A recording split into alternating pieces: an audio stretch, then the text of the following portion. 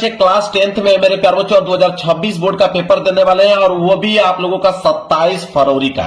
27 फरवरी को जितने बच्चे गणित का पेपर देने वाले हैं उनके लिए सबसे ज्यादा इंपॉर्टेंट है मेरे प्यारे बच्चों। 27 फरवरी को आप लोगों का गणित का पेपर है और आज मैं आप लोगों को गणित का एक वायरल पेपर लेकर आ गया हूं और यह वायरल पेपर आपके एग्जाम में 100% बनने वाले हैं।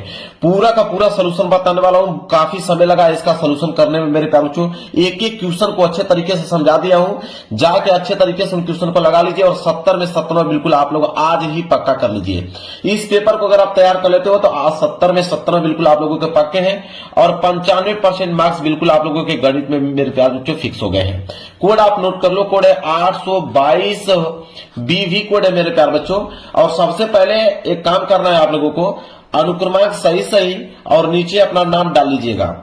और इस पेपर को हल करने के लिए आपके पास जो टाइम दिया जाएगा 3 घंटे 15 मिनट, 3 घंटे 15 मिनट का टाइम दिया गया है इस क्वेश्चन पेपर को हल करने के लिए। नीचे नोट दिया गया है, नोट पढ़ना बहुत ही ज्यादा कंपलसरी है। नोट में बोला है कि प्रारंभ के 15 मिनट परीक्षार्थियों को प्रश्न पत्र पढ़ने के लिए निर्धारित है। कहने का मतलब है कि 15 मिनट आपको टाइम दिया जाएगा इस क्वेश्चन पेपर को पढ़ने के लिए और 3 घंटे में इस क्वेश्चन पेपर को सॉल्व करना है। नोट समझ में आ गया आप लोगों को। नीचे निर्देश भी दे रखा है। पहला निर्देश बोला कि सभी प्रश्न अनिवार्य हैं, इसमें जितने भी प्रश्न दिए गए सारे प्रश्न करना अनिवार्य है। दूसरा निर्देश यह है कि इस प्रश्न पत्र के 2 खंड है। यह पेपर 2 खंडों में बना हुआ है जिसमें से आता है खंड अ। खंड अ में जो होगा 20 अंक के 20 बहुविकल्पीय प्रश्न हैं जिनके उत्तर OMR शीट पर देने हैं। समझ में आ गया आप लोगों को। खंड अ में 20 बहुविकल्पीय प्रश्न है 20 नंबर के, उनके उत्तर कहां पे देना है? OMR शीट पे देना है। चौथा निर्देश है कि OMR शीट पर उत्तर अंकित किए जाने के पश्चात उसे काटे नहीं तथा इरेजर व्हाइटनर आदि का प्रयोग न करें। कह रहा है कि अगर एक बार जो आपने OMR शीट पे ऑप्शन रंग दिया उसको आपने रंग दिया, न तो उसे काटना है न तो उसे मिटाना है। इसके बाद आता है खंड ब। खंड ब में 50 अंक के संक्षिप्त उत्तर प्रकार या वर्णनात्मक प्रश्न है। देखिए खंड ब में वर्णनात्मक प्रश्न दिया रहेगा कितने नंबर के लिए? 50 नंबर का वर्णनात्मक प्रश्न दिया रहेगा खंड ब में। इसके बाद है अगला निर्देश, कह रहा है कि खंड ब में कुल कितने प्रश्न रहेंगे? 5 प्रश्न रहेंगे। इसके बाद अगला है कि प्रत्येक प्रश्न के प्रारंभ में स्पष्ट लिख दिया गया है कि उसके कितने खंड करने हैं। मतलब शुरू में ही आपको बता दिया गया है कि कितने खंड करने हैं खंड ब के। इसके बाद है अगला निर्देश, कह रहा है कि प्रत्येक प्रश्न के अंक उनके सम्मुख अंकित हैं। हर प्रश्न के आगे लिखा हुआ मिलेगा कि प्रश्न 1 नंबर का है कि 2 नंबर का है कि 4 नंबर का है कि 6 नंबर का है। जितना भी नंबर का कोई भी प्रश्न होगा उसके सामने लिखा हुआ मिलेगा। और लास्ट निर्देश है कि प्रथम प्रश्न से आरंभ कीजिए और अंत तक जाइए। उस प्रश्न पर समय नष्ट मत कीजिए जो आप हल नहीं कर सकते हैं। कह रहा शुरू से लेकर लास्ट तक सारे प्रश्नों का जवाब देना है। जो प्रश्न नहीं आ रहा है उसको आप छोड़ के आगे बढ़ जाइए। लास्ट में जब समय मिलेगा तो उसको आप लोग देख लीजिएगा। तो यह था मेरे प्यारे बच्चों निर्देश पूरा डिटेल में पढ़ के मैंने आप लोगों को बता दिया। पेपर इधर से स्टार्ट हो रहा है, मैं पेपर आप लोगों को दिखाता हूं। देखिए मेरे प्यारे बच्चों पेपर यहां से स्टार्ट होता है। सबसे पहले आएगा खंड अ। खंड अ में देखिए सबसे पहले यहाँ पे क्या है? बहुविकल्पीय प्रश्न है मेरे प्यारे बच्चों। और देखिए पहला प्रश्न क्या है, बिल्कुल आराम से समझाऊंगा एक एक वर्ड, कमजोर से कमजोर विद्यार्थी भी समझ जाओगे, ठीक है, क्योंकि मुझे 70 में 70 नंबर चाहिए। बोला है यहाँ पे कि दिया है, क्या दिया है? HCF। HCF मतलब होता है मेरे प्यारे बच्चों मसा। मैं सब कुछ डिटेल में बताता चलूंगा। मसा दिया है 252 और 594 का 18। कह रहा है कि ज्ञात कीजिए एलसीएम। एलसीएम मतलब लसा। आप लसा ज्ञात कीजिए 252 और 594, तो उन्हीं संख्याओं का लसा ज्ञात कीजिए। तो 2 संख्याओं का HCF आपको दे रखा है और उन्हीं दोनों संख्याओं का एलसीएम आपसे पूछा है। बिल्कुल मेरे प्यारे बच्चों बिल्कुल आसान ये आप लोगों के लिए क्वेश्चन है। बस एक फार्मूले की जरूरत है। अगर एक फार्मूला आपको मालूम है तो सारा क्वेश्चन आप लोगों का हल हो जाएगा। मेरे प्यारे बच्चों एक फार्मूला होता है कि पहली संख्या गुणे दूसरी संख्या बराबर एलसीएम गुणे HCF होता है। अगर यह फार्मूला आपको मालूम है तो इस फार्मूले से कुछ भी पूछेगा आप बिल्कुल बता पाओगे। पहली संख्या पूछेगा वो भी बता दोगे, दूसरी संख्या पूछेगा वो भी बता दोगे, एलसीएम पूछेगा वो भी बता दोगे, HCF पूछेगा वो भी बता दोगे। इसमें हमसे एलसीएम पूछा है तो अगर हम एलसीएम का फार्मूला बनाएं तो एलसीएम बराबर क्या हो जाएगा, ये तो पहली संख्या गुणी दूसरी संख्या ऐसा ही रहेगा, ये एचसीएफ गुणा में उधर जाएगा तो एचसीएफ क्या हो जाएगा, भाग में हो जाएगा। लो भाई फार्मूला बन के हो गया मेरे प्यार बच्चों तैयार। अब यहाँ पे देखिए 252 और 594, तो 252 को मेरे प्यार बच्चों पहली संख्या मान लो और 594 को आप दूसरी संख्या मान लो, सिंपल है। आपको निकालना है एलसीएम, तो एलसीएम बराबर क्या हो जाएगा, पहली संख्या को आपने 252 माना है तो हो जाएगा 252 गुणे दूसरी संख्या को आपने 594 माना है तो हो जाएगा 594 और बटे में क्या हो जाएगा मेरे प्यारों बच्चों एचसीएफ। तो एचसीएफ तो दे ही रखा है कि 252 और 594 का एचसीएफ 18 है, तो एचसीएफ तो 18 आपको दे ही रखा है मेरे प्यारों बच्चों। अब क्या करने की जरूरत है, कुछ करने की जरूरत है, आप उसको कटा दीजिए, ठीक है। अब उसे कटाकर आप लोगों को गुणा करके लिख देना है मेरे प्यारों बच्चों। चलिए कटा देते हैं। देखिए 18 से जब आप 252 को कटाओगे तो 18 एकम 18 बच जाएगा 7 और 2 72, 18 चौक 72, 14 बार में 252 कट जाएगा पूरा का पूरा। तो यहाँ पे मेरे प्यार हो क्या जाएगा आपका, तो इधर बच जाएगा आप लोगों का एलसीएम बराबर 14 और गुणे इधर बच गया आपका 594। और जब 14 का गुणा 594 में करोगे तो 8316 जो है मेरे प्यारों जो आंसर आ जाएगा। तो एलसीएम कितना आ गया 8316, क्या यही आंसर है, बिल्कुल मेरे प्यारों जो यही आंसर है। देखिए ऑप्शन में दिया है तो 8316 कहीं दिख रहा है तो आप कहोगे जी बिल्कुल दिख रहा है, 8316 सी वाला ऑप्शन जो है बिल्कुल राइट आंसर हो जाएगा। अब बताइए किसी भी बच्चे को डाउट है तो मेरे प्यारों जो कुछ भी नहीं, बिल्कुल समझ में डिटेल में आप लोगों को आ गया होगा समझ में, कोई दिक्कत नहीं, आराम से पढ़ेंगे मेरे प्यारों जो पेपर बनने वाला है, सारे क्वेश्चंस को लगा के जाना। चलिए आगे बढ़ते हैं, दूसरा प्रश्न देखते हैं। देखिए दूसरा प्रश्न क्या है, देखिए क्या है कि बहुपद एक्स स्क्वायर माइनस के 2x माइनस 3 के शून्यक हैं। अब यहाँ पे शून्यक आपसे पूछ लिया है, वेरी वेरी मोस्ट इंपोर्टेंट है। तो जब भी शून्यक पूछ ले इसका भी तरीका मैं आपको तो बहुत ज्यादा सिंपल है मेरे प्यारों को। देखिए ध्यान समझिए, मैंने एक पेज ले लिया, ठीक है। जब भी आपसे शून्यक पूछे तो यहाँ पे देखिए क्या दिया है, एक्स स्क्वायर माइनस के 2x और माइनस के 3। शून्य जब भी पूछे तो आप इसे शून्य के क्या कर दें, बराबर कर दें। अब यह बन गया आपका द्विघात समीकरण। अब इसको आप हल करना है। द्विघात समीकरण हल करने का तरीका क्या होता है मेरे प्यारे बच्चों कि एक्स स्क्वायर का गुणा क्या कुछ नहीं है, तो यहाँ पे एक तो छिपा है ना, एक तो होगा ही ना, तो इस 3 का गुणा किस में कर देते हैं, 1 में। तो 3 को गुणा 1 में करोगे तो आ जाएगा 3। अब मेरे प्यारे बच्चों क्या है यहाँ पे कि गुणा करने पे मेरे प्यारे बच्चों 3 आना चाहिए और जोड़ने और घटाने पे क्या आना चाहिए, माइनस के 2 आना चाहिए। ये बात आप लोग भी जानते हो। तो ऐसी कौन सी संख्या, दो संख्या है कि गुणा करने पे 3 आ जाए और जोड़ने घटाने पे माइनस के 2 आ जाए। तो आप कहोगे कि 3 एकम 3 है, ठीक है, 3 एकम 3 है मेरे प्यारे बच्चों। 3 में 1 का गुणा करोगे तो 3 आ जाएगा। और यहां पे आप करोगे क्या कि 3 में से 1 घटाओगे तो क्या आना चाहिए, माइनस के 2। तो माइनस 2 आने के लिए आपको करना क्या पड़ेगा, यहां पे आपको माइनस लगाना पड़ेगा। तो माइनस के 3 गुणे 1, माइनस के 3 गुणे 1 पेयर बनेगा। क्योंकि मेरे प्यारे बच्चों माइनस 3 गुणा 1 में करोगे तो माइनस 3 आ जाएगा। और माइनस 3 में मेरे प्यारे बच्चों 1 अगर आप जोड़ देते हो तो माइनस के 2 आ जाएगा। बस आपको यही बैठाना है। तो ये हो जाएगा आप लोगों का एक्स स्क्वायर माइनस के 3x और प्लस के x, क्योंकि एक छिपा रहेगा तो एक को क्या लिखोगे, सिर्फ x ही लिखोगे। और माइनस के 3 बराबर क्या हो जाएगा, 0 हो जाएगा। अब मेरे प्यारों जो सिंपल है, अब यहां से देखिए एक पेयर यहां से बन गया, एक पेयर यहां से बन गया। अब इन दोनों में x कॉमन है तो x कॉमन ले लो, तो एक x से एक x कैंसिल तो सिर्फ x बचा, और माइनस के यह x से यह x कैंसिल तो सिर्फ 3 बचा।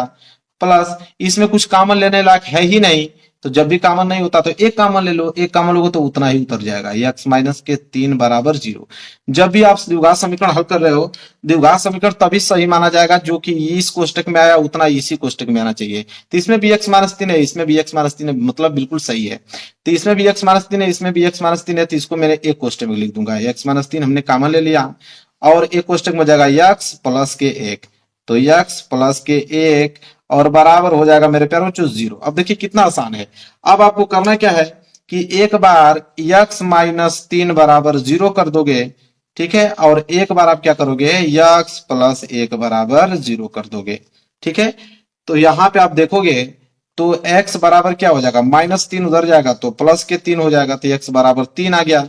और एक हो जाएगा आपका x बराबर प्लस 1 उधर जाएगा तो माइनस के 1 आ जाएगा, तो x बराबर माइनस के 1। तो इसके 2 शून्य निकल के आ गए। 2 शून्य कौन कौन से, एक तो 3 आ गया और 1 - 1 आ गया। यही शून्य है जी, बिल्कुल यही शून्य है।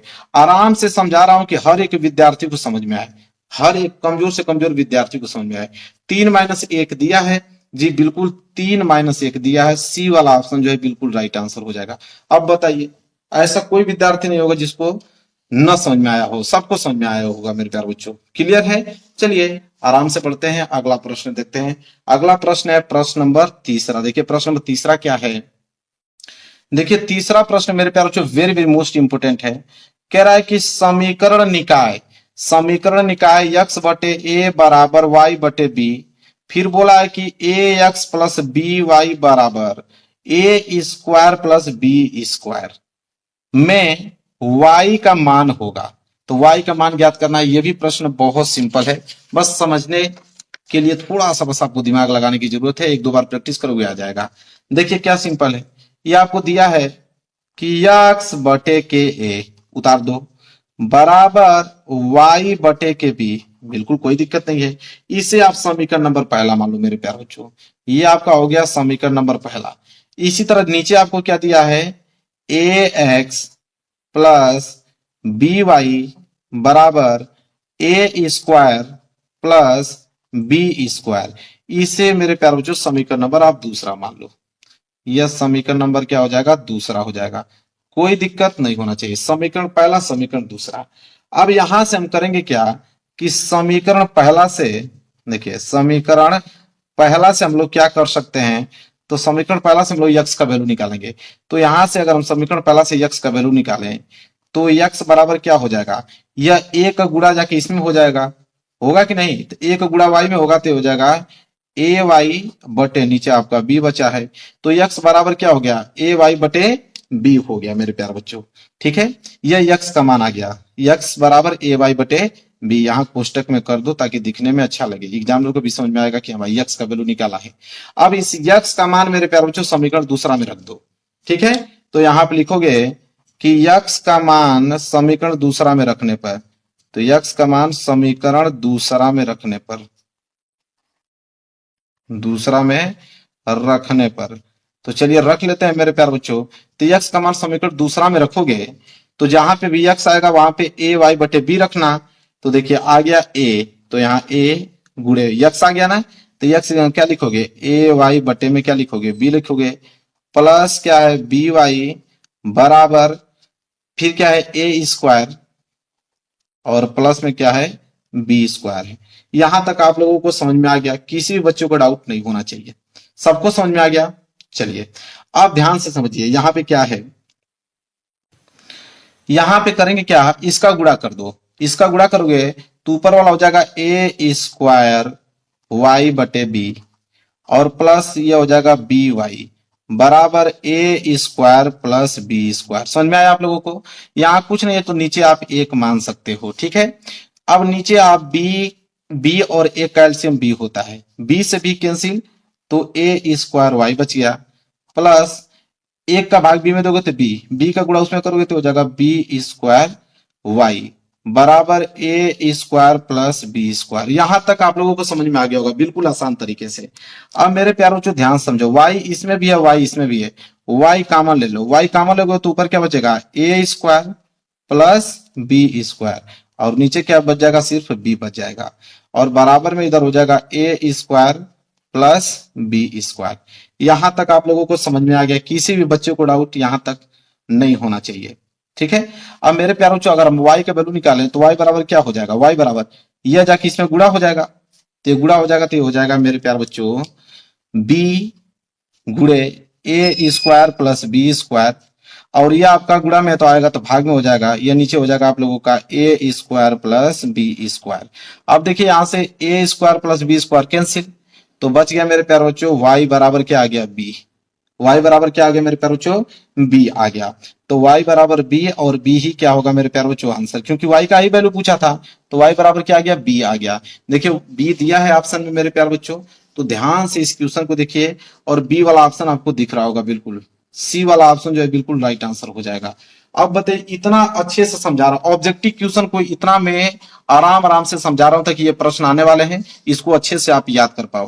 नहीं तो अगर डायरेक्ट बताना होता तो तुरंत सॉल्व करके बता देता, लेकिन उसको कोई फायदा नहीं है। ठीक है, एक बार पढ़ो, आराम से पढ़ो, अच्छे तरीके से पढ़ो कि आपके दिमाग में फिट हो जाओ और एग्जाम में पूरे के पूरे नंबर ले पाओ। क्लियर है? तीसरा प्रश्न भी क्लियर आप लोगों को। चलिए आगे बढ़ते हैं, चौथा प्रश्न देखते हैं। देखिए चौथा प्रश्न क्या है मेरे प्यारे बच्चों। देखिए क्वेश्चन क्या है कि यदि द्विघात समीकरण 3x² माइनस के 6x प्लस के बराबर 0 के मूल समान है तो के का मान है। अब ये जो द्विघात समीकरण दिया इसके मूल समान है तो के का मान पूछा है। बिल्कुल आसान है, बिल्कुल आसान है मेरे प्यारे बच्चों, ध्यान से समझने का प्रयास कीजिएगा। मैं एक पेज ले लिया ना, बिल्कुल आपको समझ में आएगा। जब भी आपको द्विघात समीकरण देने के बाद बोले कि मूल समान है, तो सबसे पहले मूल समान है मतलब कि जो d होता है वो 0 के बराबर हो जाता है। अब कुछ बच्चे कहेंगे कि d बराबर 0 क्यों लिखा, d क्या है सर, तो d होता है विविक्तकर। क्या होता है? विविक्तकर होता है मेरे प्यारे बच्चों। ठीक है, d क्या होता है? विविक्तकर होता है। और d जो होता है 0 के बराबर हो जाता है। d का फॉर्मूला होता है मेरे प्यारे बच्चों b² माइनस 4ac। तो 4ac जो है वो 0 के बराबर हो जाता है। b² माइनस 4ac 0 के बराबर हो जाता है। अब आपको abc की वैल्यू चाहिए। अब यहां से abc की वैल्यू निकाल लीजिए। अब देखिए यहां से हम लोग a की वैल्यू निकालेंगे, b की वैल्यू निकालेंगे और c की वैल्यू निकालेंगे। कैसे निकाला जाता है वो भी सीख लो।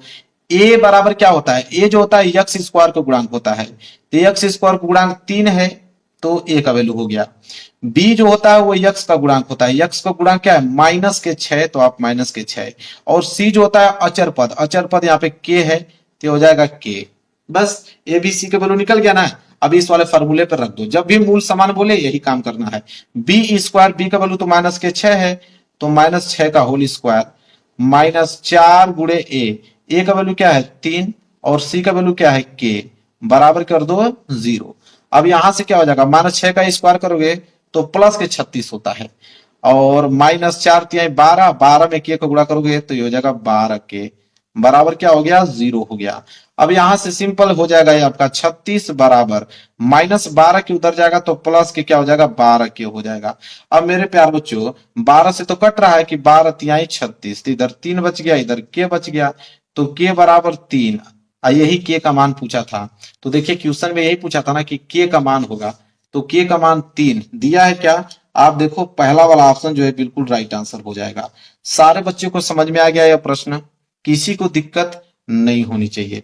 चलिए मेरे प्यारों को अगला प्रश्न देखते हैं, प्रश्न नंबर 5वां। देखिए 5वां प्रश्न क्या है, समांतर श्रेणी से लिया गया प्रश्न है। बोला है कि समांतर श्रेणी 4, 9 और 14 डॉट डॉट करके 254 तक है। कह रहा 254 का अंत से 10वां पद होगा। अब अंत से 10वां पद मेरे प्यारे बच्चों बोला है कि अंत से 10वां पद क्या होगा। तो सबसे पहले हम लोग क्या करेंगे मेरे प्यारे बच्चों कि इसको हम लोग अंत से बोला है ना, तो इस श्रेणी क्रम को हम लोग उल्टा लिख देंगे, विपरीत क्रम में। जब विपरीत क्रम में लिखेंगे मेरे प्यारे बच्चों तो 254 पहले आ जाएगा, तो हो जाएगा 254, फिर डॉट डॉट डॉट डॉट, फिर आएगा आप लोगों का 14, 14 के बाद फिर आएगा 9, 9 के बाद आपका आ जाएगा 4। मैंने इसे विपरीत क्रम में लिख दिया। विपरीत क्रम में लिखने के बाद अब ये 254 जो है a बराबर हो गया पहला पद, तो a बराबर हो गया मेरे प्यारे बच्चों 254। ठीक है, इसी के साथ साथ आप देखो तो यहाँ d बराबर क्या होगा? अंतराल। तो अंतराल कैसे निकाला जाता है मेरे प्यारे बच्चों? तो अंतराल अब यहाँ पे ऐसे निकाला जाएगा कि अब 4 में से 9 घटाओगे, 4 - 9, तो 4 - 9 बराबर मतलब -5, तो d का वैल्यू क्या आ गया? -5 आ गया। और n बराबर क्या होगा? तो n कितना पद दिया है? 10वां पद, 10वां पद पूछा है, तो n बराबर क्या हो गया? 10, तो n बराबर 10 हो गया, d बराबर -5 हो गया, और a बराबर आपके 254 हो गया। सारा वैल्यू निकल के सामने आ गया। सूत्र क्या कहता है? सूत्र आपको याद होना चाहिए। सूत्र मेरे प्यारे बच्चों ये कहता है कि अगर किसी भी कोई भी पद अगर आपको निकालना है, ठीक है, मान लीजिए tn पद निकालना है, तो फार्मूला क्या कहता है? a प्लस n - 1 d, इसी से निकलता है। तो यहाँ पे 10वां पद पूछा है हमसे, तो 10वां पद पूछा है, तो t n का वैल्यू क्या है? 10 पद, तो यहाँ पे 10वां पद पूछा है, तो t10 बराबर क्या हो जाएगा मेरे प्यारे बच्चों? a का वैल्यू दिया है कितना? 254, प्लस n का वैल्यू निकला है 10, माइनस के 1, गुणे में d का वैल्यू निकला -5। अब यहाँ पे आप लोगों को हल करना है, तो यहाँ पे 10वां पद क्या हो जाएगा 254 और प्लस 10 में से 1 गया तो 9 गुणे माइनस के क्या हो जाएगा 5, तो हो जाएगा आपका 10वां पद 254, ठीक है। प्लस गुणा माइनस में करोगे तो माइनस, अब 9 पाँचे 45। अब 254 में से 45 को आप घटा दो तो यहाँ पे 10वां पद हो जाएगा 254 में से 45 घटाओ कितना आ जाएगा 209, 209। तो यहाँ पे 10वां पद मेरे प्यारे बच्चों अंत से 10वां पद क्या हो जाएगा 209 हो जाएगा। यही हो जाएगा आंसर। देखिए ऑप्शन में दिया हुआ है 209, तो देखते हैं 209 दिया है कि नहीं। बिल्कुल मेरे प्यारे बच्चों सी वाला ऑप्शन जो है बिल्कुल राइट आंसर हो जाएगा। समझ में आ गया आप लोगों को, किसी भी बच्चे को दिक्कत नहीं होनी चाहिए। चलिए क्वेश्चन नंबर 5वां भी बेहतरीन तरीके से मैंने आप लोगों को बता दिया। अगले क्वेश्चन की तरफ बढ़ते हैं, क्वेश्चन नंबर 6 की तरफ।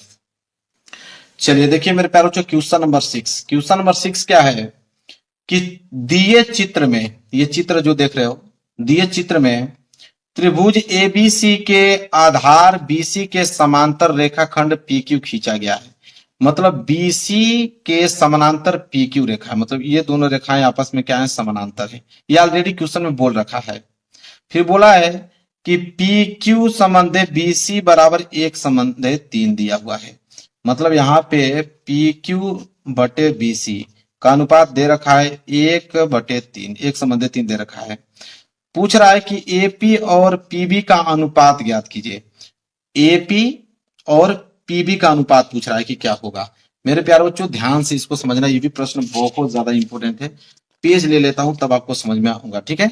अब यहां तक एक चीज समझिए, जब आपको पीक्यू और बीसी किसी भी त्रिभुज में दो रेखाएं यहां पे अगर समानांतर बोल दे तो यहां से आप एक चीज एकदम दिमाग लगा लीजिएगा कि दो त्रिभुज बन रहे होंगे। एक त्रिभुज ए बी सी बड़ा वाला त्रिभुज और एक त्रिभुज ए पी क्यू छोटा वाला त्रिभुज। ये दोनों त्रिभुज जो होंगे वो समरूप होंगे अगर ये दोनों रेखाएं समानांतर हैं तो यहाँ पे हम कह सकते हैं, ध्यान से, यहाँ पे हम कह सकते हैं कि त्रिभुज जो ए बी सी बड़ा वाला त्रिभुज बन रहा था और एक छोटा वाला त्रिभुज बन रहा था ये वाला ए पी क्यू, त्रिभुज ए पी क्यू, ये दोनों मेरे प्यारे बच्चों क्या है समरूप होंगे।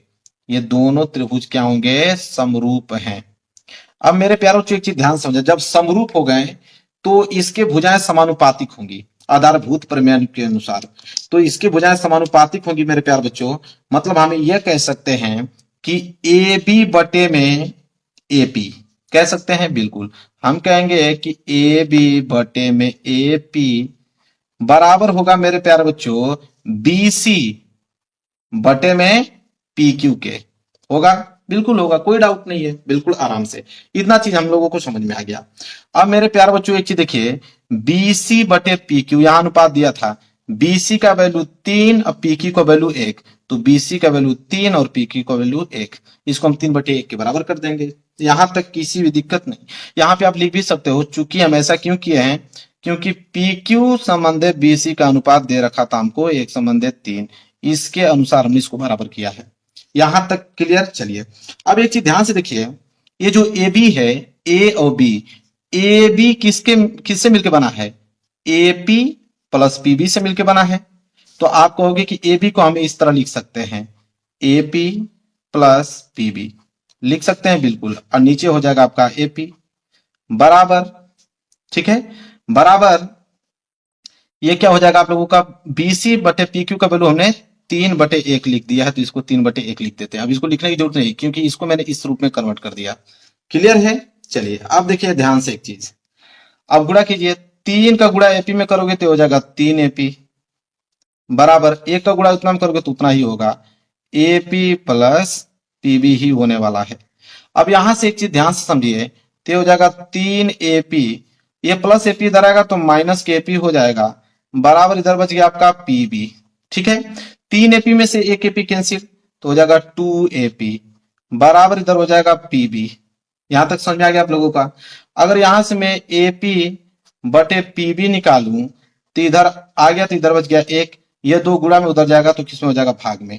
अब यही वैल्यू तो पूछा था एपी और पीबी का अनुपात, एपी और पीबी का अनुपात क्या हो गया 1/2, इसको हम ऐसे कह सकते हैं कि 1 संबंधे 2 कह सकते हैं। क्या यही आंसर है? बिल्कुल, एपी और पीबी का ही तो पूछा था। देखिए एपी और पीबी का ही पूछा था कि अनुपात क्या होगा, तो 1/2 होगा, मतलब ए वाला ऑप्शन जो है बिल्कुल राइट आंसर हो जाएगा मेरे प्यारे बच्चों। क्लियर है, समझ में आ गया आप लोगों को, किसी भी बच्चों को डाउट नहीं होने चाहिए।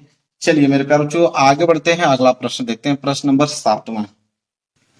देखिए 7वां प्रश्न क्या है मेरे प्यारे बच्चों, 7वां प्रश्न है कि बिंदुओं 5,0 और -12,0 के बीच की दूरी होगी। अब दो बिंदुओं के बीच की दूरी पूछा है मेरे प्यारे बच्चों। बिल्कुल मैं आपको बताता हूं, एक पेज मैंने ले लिया। दो बिंदु दिया है, एक का निर्देशांक 5,0 है, एक का -12,0। इन दोनों के बीच की दूरी पूछा है। तो ये बिंदु है जिसका निर्देशांक दिया है 5,0 और एक बिंदु यहां मान लेता हूं जिसका निर्देशांक दिया है -12,0। अब इन दोनों बिंदुओं के बीच की दूरी का सूत्र पूछा है, मतलब दूरी पूछा है कि इन दोनों बिंदुओं के बीच की दूरी क्या होगा। तो इसको अगर ए मान लेता हूं, इसको अगर मैं बी मान लेता हूं, तो ए बी के बीच की दूरी पूछा है कि ए बी बराबर क्या होगा। तो दो बिंदुओं के बीच की दूरी का सूत्र आपको मालूम होना चाहिए। तो दो बिंदुओं के बीच की दूरी का सूत्र जिसे डी से डिनोट करते हैं, तो सूत्र क्या होता है, डी बराबर मेरे प्यार बच्चों सूत्र होता है x1 माइनस x2 का होल स्क्वायर और प्लस में होता है y1 माइनस y2 का होल स्क्वायर होता है। ये दो बिंदुओं के बीच की दूरी सूत्र होता है। यहां आपको मालूम है कि यह 5 जो है आप लोगों का x1 है और 0 जो है आपका y1 है। इसी तरह आपका x2 यह है, y2 यह है। ठीक है, अब यहाँ पे आपको वैल्यू सिर्फ रखना है मेरे प्यार बच्चों। तो d बराबर क्या हो जाएगा, करनी में x1 का वैल्यू तो 5 है, माइनस x2 का वैल्यू -12 है, तो यह माइनस आएगा तो इसको प्लस कर देगा। तो 5 + 12 का होल स्क्वायर प्लस y1 का वैल्यू तो 0 है, माइनस y2 का वैल्यू भी 0 है, इसका क्या हो जाएगा, होल स्क्वायर हो जाएगा। तो यहाँ d बराबर मेरे प्यारे बच्चों क्या हो जाएगा, करनी में 12 और 5 कितना होता है, 17। तो हो जाएगा 17 का होल स्क्वायर प्लस 0 में से 0 गया तो 0 का क्या हो जाएगा, होल स्क्वायर हो जाएगा। तो यहां देखिए d बराबर देखने को क्या मिल रहा है आपको कि 17 का जब होल स्क्वायर करोगे तो 289 या प्लस 0 का होल स्क्वायर करोगे तो 0 होगा। तो इसी तरह d बराबर क्या हो जाएगा, जब 289 में 0 जोड़ोगे तो 289 होगा। तो d बराबर क्या हो जाएगा, 289 का जब वर्गमूल निकालोगे तो यह 17 हो जाएगा। तो d बराबर 17, मतलब दो बिंदुओं के बीच की दूरी आ गया 17। देखिए ऑप्शन में दिया क्या, यही आंसर होगा जी, बिल्कुल यही आंसर होगा। देखते हैं ऑप्शन में दिया है कि नहीं। तो डी वाला ऑप्शन जो है बिल्कुल राइट आंसर हो जाएगा। देखिए 17 दिया हुआ है। समझ में आ रहा है आप लोगों को, सारे कंसेप्ट आपको समझ में आ रहे होंगे मेरे प्यारे बच्चों। चलिए आगे बढ़ते हैं, अगला प्रश्न देखते हैं, प्रश्न नंबर 8वां। वेरी वेरी मोस्ट इंपोर्टेंट है प्रश्न नंबर 8वां। देखिए 8वां क्या बोल रहा है। 8वां मेरे प्यारे बच्चों बोला है कि यदि tan alpha plus cot alpha बराबर 5, तो tan square alpha plus cot square alpha का मान होगा। मेरे प्यारे बच्चों पेज लेता हूं, यह भी बेहद अच्छा प्रश्न है, आसान भी है। ठीक है, क्या है मेरे प्यारे बच्चों, समझिए ध्यान से। अब यहां पे बोला मेरे प्यारे बच्चों कि टेन अल्फा, ठीक है, टेन अल्फा प्लस यहां पे बोला है कॉट अल्फा, ठीक है, बराबर यहां पे बोला मेरे प्यारे बच्चों 5। ठीक है, तो बोला tan square alpha plus cot square alpha का मान बताइए। अब ध्यान से एक चीज समझिए मेरे प्यारे बच्चों, हम क्या करेंगे कि इसका tan alpha plus cot alpha का स्क्वायर कर देते हैं। तो टेन अल्फा को मैं ऐसे बना देता हूं, tan alpha plus cot alpha, इसका मैं होल स्क्वायर कर दूंगा तो इधर 5 का भी होल स्क्वायर होगा। भाई दोनों तरफ होल स्क्वायर करना पड़ेगा जी, बिल्कुल। तो a प्लस बी का होल स्क्वायर पे टूट जाएगा। आपको मालूम है कि a प्लस बी का होल स्क्वायर का फॉर्मूला क्या होता है, a square plus B square plus 2ab, यह होता है। इसी फॉर्मूले पे तोड़ना पड़ेगा इसको। तो तोड़ते हैं, a स्क्वायर मतलब टेन अल्फा का स्क्वायर, तो हो जाएगा tan square alpha, plus B square मतलब कॉट अल्फा का स्क्वायर, तो हो जाएगा cot square alpha, plus 2ab, तो ए हमारे पास टेन अल्फा और बी हमारे पास क्या है, कॉट अल्फा। ठीक है, बराबर क्या हो जाएगा, 5 का स्क्वायर करोगे तो ये 25 हो जाएगा। यहां तक आप लोगों को समझ में आया, किसी भी बच्चे को यहां तक दिक्कत है नहीं। अब मेरे प्यारों को ध्यान से देखिए, ये हो जाएगा tan square alpha plus cot square alpha plus 2, ठीक है, 2 tan alpha into cot alpha को हम लिख सकते हैं 1/10 अल्फा, लिख सकते हैं, बिल्कुल ये फार्मूला होता है। कॉट अल्फा को हम 1/10 अल्फा लिख सकते हैं, बराबर 25। तो यहां से एक चीज देखने को मिलेगा कि 10 अल्फा से 10 अल्फा क्या हो गया, कैंसिल हो गया। तो इधर बच गया आपका tan square alpha plus cot square alpha बराबर 25। और यह जो प्लस 2 इधर बचा है, 2 को गुणा में करोगे तो 2 ही तो आएगा, प्लस 2 उधर जाएगा तो -2 हो जाएगा। तो यहाँ पे आपका बच जाएगा tan square alpha plus cot square alpha बराबर 25 में से 2 जाएगा मेरे प्यारे बच्चों 23। यही हमसे पूछा था क्वेश्चन में, देखिए कि tan square alpha plus cot square alpha का मान, तो tan square alpha plus cot square alpha का मान कितना आ गया, 23 आ गया। बस यही आंसर है जी, बिल्कुल। देखिए 23 दिख रहा है कहीं, सी वाला ऑप्शन दिख रहा होगा आप लोगों को, सी वाला ऑप्शन जो है बिल्कुल राइट आंसर हो जाएगा मेरे प्यारे बच्चों। समझ में आ गया आप लोगों को 8वां प्रश्न भी। चलिए आगे बढ़ते हैं, अगला प्रश्न देखते हैं, प्रश्न नंबर 9। चलिए मेरे प्यारे बच्चों क्वेश्चन नंबर 9 देखिए, बोला है कि चित्र में, ये चित्र आप देख रहे हो, चित्र में बिंदु ओ का बिंदु ए तथा बी से देखने पर अवनमन कोण की माप है। तो अवनमन कोण बोला है मेरे प्यारे बच्चों। अवनमन कोण क्या होता है कि जब ऊपर से देखते हैं हम लोग, ठीक है, ऊपर से जब नीचे देखते हैं तो ऊपर हमें एक क्षैतिज रेखा बनाना पड़ेगा, ठीक है, मैंने एक क्षैतिज रेखा बना लिया। और ऊपर से जब नीचे देखते हैं, अवनमन कोण मतलब ये वाला कोण पूछ रहा है और ये वाला कोण पूछ रहा है। तो इस वाले कोण का माप बताइए और इस वाले कोण का माप पूछा है, ठीक है, सिंपल है। देखिए ध्यान से समझने योग्य बातें हैं, ध्यान से आप समझेंगे तो ये भी क्वेश्चन आपको समझ में आ जाएगा।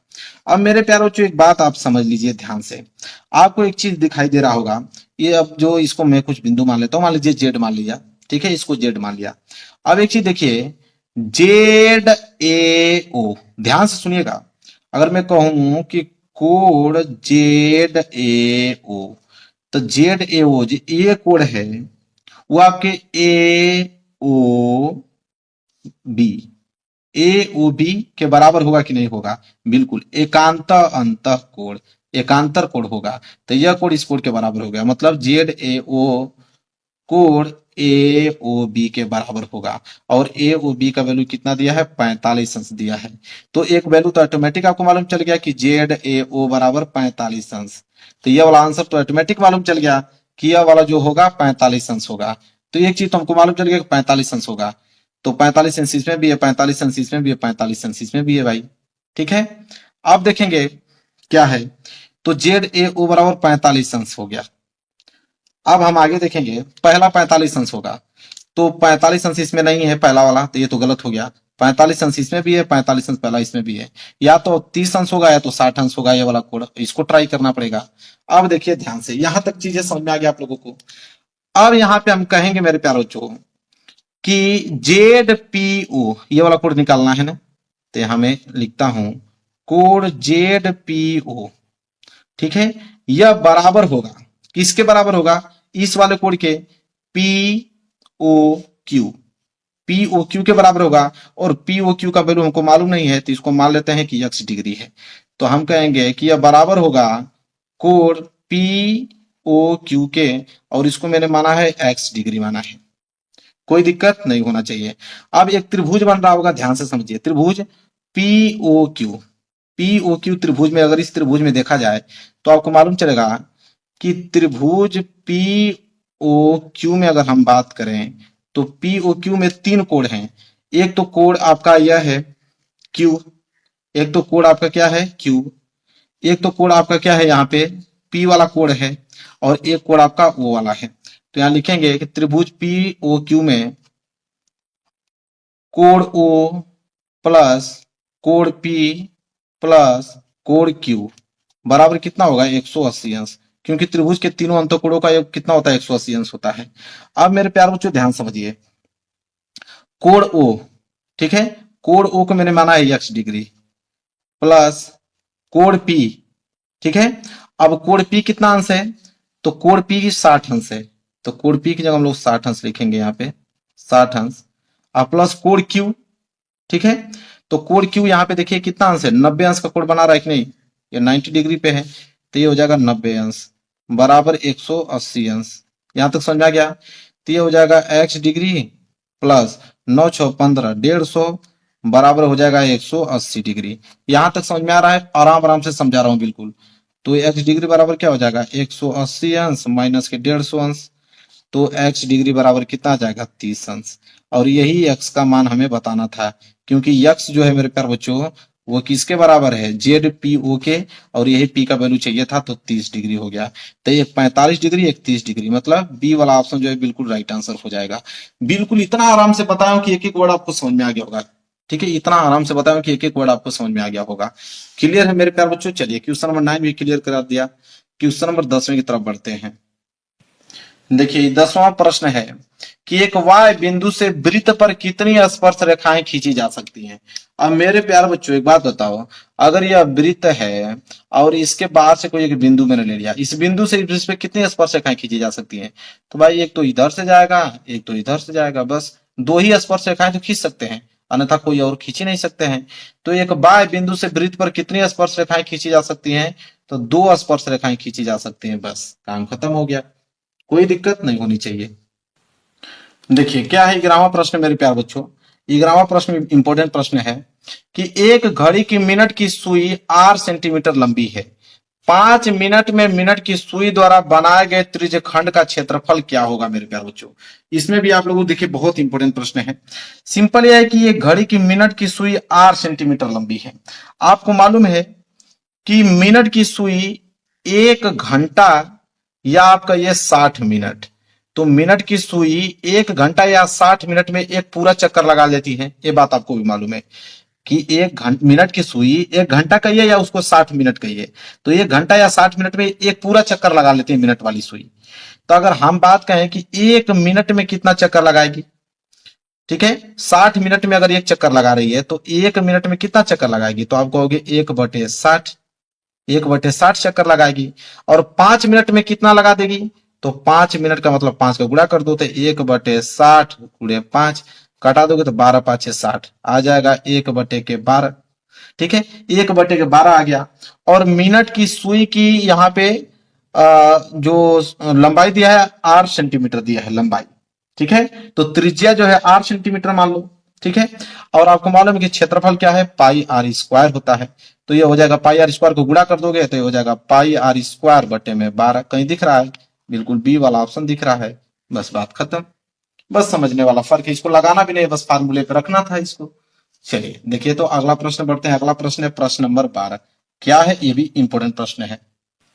देखिए क्या है, 1/2 सेंटीमीटर व्यास वाले किसी ठोस अर्धगोले का संपूर्ण पृष्ठीय क्षेत्रफल होगा। अब मेरे प्यारों जो व्यास दिया है कितना दिया है? 1/2 और बोला कि अर्धगोले का संपूर्ण पृष्ठीय क्षेत्रफल होगा। जब व्यास दिया है तो त्रिज्या निकाल सकते हो। त्रिज्या जो होता है व्यास का आधा होता है। त्रिज्या जो होता है मेरे प्यारों बच्चों व्यास का क्या होता है? आधा होता है। तो व्यास दिया है 1/2, तो 1/2 का क्या कर दो? आधा। तो 1/2 का आधा करोगे तो हो जाएगा 1/4। क्या हो जाएगा? 1/4। तो आर का वैल्यू 1/4 आ गया, क्या? सेंटीमीटर आ गया। आपको अर्धगोले का संपूर्ण पृष्ठीय, तो अर्धगोले का संपूर्ण पृष्ठीय क्षेत्रफल होता है 3πr²। ठीक है, अब यहाँ पे रख लो 3π गुणे r²। आर का वैल्यू क्या है? 1/4, इसका क्या? 2² तो हो जाएगा 3π गुणे 1/ कितना हो जाएगा? 16। ठीक है, तो इसका आंसर क्या आ जाएगा? 3/16 पाई सेंटीमीटर स्क्वायर। तो 3/16 पाई सेंटीमीटर स्क्वायर मतलब बी वाला ऑप्शन जो है बिल्कुल राइट आंसर हो जाएगा मेरे प्यारे बच्चों। समझ में आ गया आप लोगों को? चलिए देखिए इतने सिंपल सिंपल प्रश्न है, आसान तरीके से कर दोगे। चलिए अगला देखिए 13वां प्रश्न, एक एक लाइन का आंसर है। अब आगे वाला क्वेश्चन एक एक लाइन का है। देखिए 10 व्यक्तियों के भार का समांतर माध्य 45.6 किग्रा है। उनके उनके भार, यहाँ पे भार होगा उसको सही कर दीजिएगा। उनके भारों का योगफल ज्ञात कीजिए। ठीक है, तो भारों का, अब देखिए 10 व्यक्तियों के भार का समांतर माध्य दे रखा है, पूछ रहा है कि उनके भारों का योगफल पूछ रहा है। तो मेरे प्यारों जो 10 व्यक्तियों, यहाँ पे देखिए सिंपल होगा कि 10 व्यक्तियों का समांतर माध्य कितना है? 45.6 है। तो 10 व्यक्तियों के भारों का योगफल पूछा है ना, बस गुणा करना है आपको। 45.6 गुणे 10 कर दो, तो 45.6 गुणे 10 करोगे कितना आ जाएगा? 456 किग्रा आ जाएगा। 456 का दिया है, बी वाला ऑप्शन जो है बिल्कुल राइट आंसर है।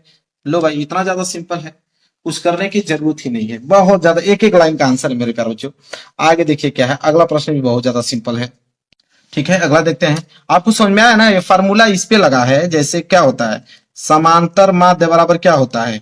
योगफल, योगफल बटे टोटल संख्या, यही होता है ना? तो उसी पे तो लगा है। समांतर माध्य दे रखा था आपको 45.6 बराबर योगफल पूछा है, तो योगफल को हम लोग ए से डिनोट कर देते हैं। संख्या आपको 10 दे रखा था, तो योगफल पूछेगा तो ये 10 का गुणा ही होगा ना। तो समझ में आ गया होगा। चलिए अगला प्रश्न देखिए, अगला प्रश्न क्या है यहाँ पे 14 प्रश्न है। देखिए क्या है, पासे को एक बार उछालने पर अभाज्य संख्या प्राप्त होने की प्रायिकता क्या होगी।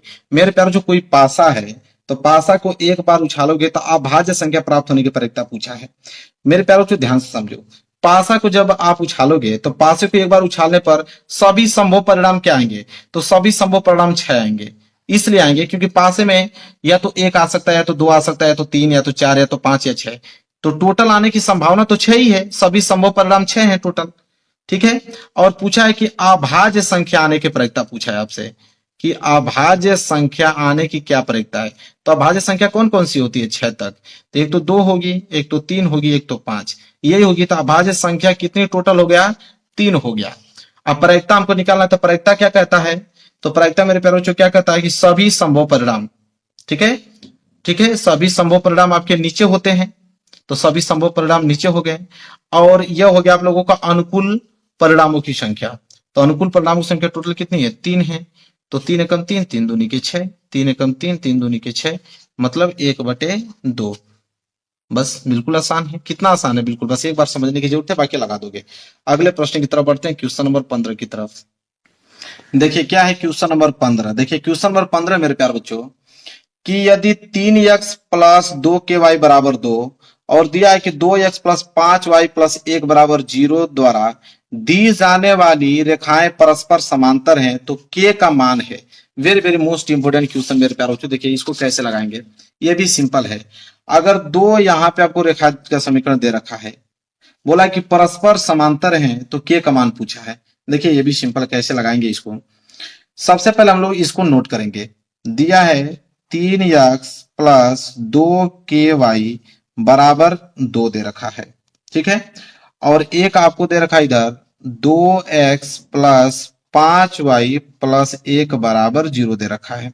सबसे पहले आप करोगे क्या कि इस साइड भी 0 बनाओ। 0 बनाओ मतलब कि 2 को इधर लाओ, तो ये हो जाएगा 3x प्लस 2ky प्लस 2 इधर आएगा तो माइनस के 2 बराबर 0। इधर भी 0 बन गया और इधर तो ऑलरेडी 0 था ही, ठीक है। अब यहाँ पे करेंगे क्या मेरे प्यारे बच्चों, ये पहली रेखा का समीकरण है, दूसरी रेखा का समीकरण है। इससे हम लोग a1 b1 c1 निकालेंगे, इससे हम लोग a2 b2 c2 निकालेंगे। तो यहां से हम लोग a1 b1 और c1 निकालेंगे, और ये दूसरी रेखा का समीकरण है तो इसलिए a2, यहां से b2 और यहां से c2 निकालेंगे, ठीक है। तो देखिए a1 क्या होता है, a1 मतलब x का गुणांक, तो x का गुणांक 3। b1 क्या होता है, y का गुणांक, y का गुणांक है 2k। c1 मतलब अचर पद माइनस के 2। इसी तरह a2 क्या होगा, इस x का गुणांक होगा 2, b2 क्या होगा, y का गुणांक 5, और c2 क्या होगा, यहाँ पे अचर पद 1। अब यहाँ पे हो गया। और एक चीज बोला है यहाँ पे मेरे प्यारों जो समांतर हैं, कैसी हैं, समांतर। तो जब दो रेखाएं समांतर हैं तो समांतर हैं तो उसका समांतर होने का प्रतिबंध आपको याद होना चाहिए, ठीक है। तो समांतर होने का प्रतिबंध मेरे प्यारों जो होता है कि a1 बाटा a2 तो बराबर होता है b1 बाटा b2 के, लेकिन यह बराबर नहीं होता है c1 बाटा c2 के। यह मेरे प्यारे बच्चों क्या है, समांतर होने का प्रतिबंध है। क्लियर है, समझ में आ गया आप लोगों को। अब यही वैल्यू आप लोगों को रखना है। a1 तो a1 का वैल्यू 3, a2 का वैल्यू यहां से 2 बराबर b1 का वैल्यू यहाँ पे 2k और b2 का वैल्यू यहां से 5, और यह बराबर नहीं है c1 का वैल्यू -2 और c2 का वैल्यू क्या है 1। तो जो बराबर नहीं उसको छोड़ दीजिए, इतना से ही हल कर दीजिए। तो 2k का गुणा 2k में करोगे तो हो जाएगा 4k बराबर 5 गुणा 3 में करोगे तो 5 तिहाई 15। यहां से k निकालोगे तो 15/4। क्या यही k का मान है, जी बिल्कुल यही k का मान है 15/4। क्या यही उत्तर होगा, जी हाँ यही उत्तर होगा 15/4। देखिए ऑप्शन में दिया है तो आप बिल्कुल देख पा रहे हो कि सी वाला ऑप्शन जो है बिल्कुल राइट आंसर हो जाएगा मेरे प्यारे बच्चों। क्लियर है, समझ में आ रहा है आप लोगों को। चलिए 15वां प्रश्न भी हमने अच्छे तरीके से सॉल्व करके दिखा दिया। आगे बढ़ते हैं प्रश्न नंबर 16 की तरफ। देखिए प्रश्न नंबर 16 भी बहुत ज्यादा इंपॉर्टेंट प्रश्न है। देखिए क्या बोला है कि त्रिभुज एबीसी के शीर्षों के निर्देशांक दिया है 7,5, 5,7 -3,3। बोला कि यदि बीसी का मध्य बिंदु डी है तो एडी की माप क्या होगी। तो इसके लिए आपको जिस तरह बोला उस तरह फिगर आपको बनाना पड़ेगा। देखिए क्या सबसे बोला कि त्रिभुज एबीसी, तो यहाँ पे एक छोटा सा त्रिभुज आप बना लीजिए समझने के लिए। त्रिभुज एबीसी, इसका नाम ए, इसका नाम आप बी रख लीजिए और इसका नाम आप सी रख लीजिए। और यहाँ पे बोला है कि शीर्षों के निर्देशांक दिया है, इसको ए मान लीजिए तो ये हो जाएगा 7,5, इसको बी मान लीजिए तो ये हो जाएगा 5,7, इसको सी मान लीजिए तो हो जाएगा -3,3। ठीक है। अब यहाँ पे मेरे प्यारों से बोला है कि बीसी का मध्य बिंदु डी है, तो बीसी का मध्य बिंदु अगर यहाँ पे आप डी मान लेते हो तो बोला कि एडी की माप, अगर यहाँ से लंब डाल दें तो एडी की माप पूछा है। तो ए का निर्देशांक तो दिया है, सबसे पहले हमें डी का चाहिए, तो डी का मालूम चल जाएगा तो दो बिंदुओं के बीच का दूरी सूत्र निकाल के लगा देंगे, तो डी चाहिए और डी हमारा बीसी का मध्य बिंदु है। जब डी हमारा बीसी का मध्य बिंदु है तो मध्य बिंदु का सूत्र लगा के डी का वैल्यू निकाल लीजिए आप आराम से, बिल्कुल आसान तरीके से हो जाएगा। तो यहाँ पे लिखेंगे कि मध्य बिंदु का सूत्र क्या होता है मेरे प्यारे बच्चों, मध्य बिंदु का सूत्र होता है x1 प्लस x2/2, ठीक है, यह x निकालने का होता है, और y निकालने का होता है y1 प्लस y2/2 होता है। तो यहां से सिंपल निकाल लीजिए, तो यहाँ x बराबर क्या हो जाएगा, x1 5 है और प्लस x2 क्या है यहाँ पे x1, ये x1 y1 होता है, x2 y2 होता है, तो x2 का वैल्यू -3 है, तो ये हो जाएगा -3/2। इसी तरह y निकालिए तो y1 7 है और प्लस y2 कितना है 3/2, तो यहाँ x बराबर क्या हो जाएगा 5 -3/2, इधर y बराबर क्या हो जाएगा 10/2। तो x बराबर क्या हो जाएगा 5 में से 3 गया तो 2/2 और y बराबर हो जाएगा 2 5 के 10, तो y बराबर 5, इधर x बराबर 2 से 2 काट दोगे तो 1, तो x बराबर 1 y बराबर 5। ठीक है। तो निर्देशांक हमेशा x, y के रूप में लिखा जाता है, तो हो जाएगा 1, 5। तो यहाँ d का निर्देशांक जो मेरे प्यार बच्चों आ गया वो आ गया 1, 5। लेकिन हमसे क्वेश्चन तो एडी का मान पूछा है कि एडी बराबर, तो एडी बराबर मतलब दो बिंदुओं के बीच के दूरी सूत्र लगा दो। तो दो बिंदुओं के बीच के दूरी का सूत्र क्या होता है मेरे प्यार बच्चों कि x1 - x2 का whole square plus y1 - y2 का होल स्क्वायर, यह होता है।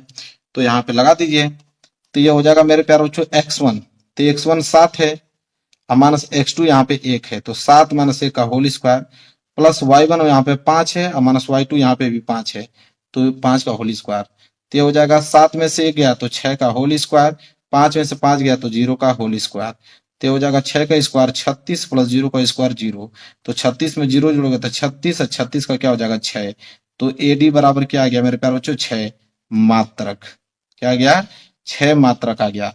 और यही हमसे पूछा था एडी का मान, तो एडी बराबर 6 मात्रक दिया है क्या, देखिए सी वाला ऑप्शन जो है बिल्कुल राइट आंसर हो जाएगा मेरे प्यारे बच्चों। समझ में आ गया आप लोगों को 16वां प्रश्न, बिल्कुल आप लोगों को डिटेल में समझ में आ गया होगा मेरे प्यारे बच्चों।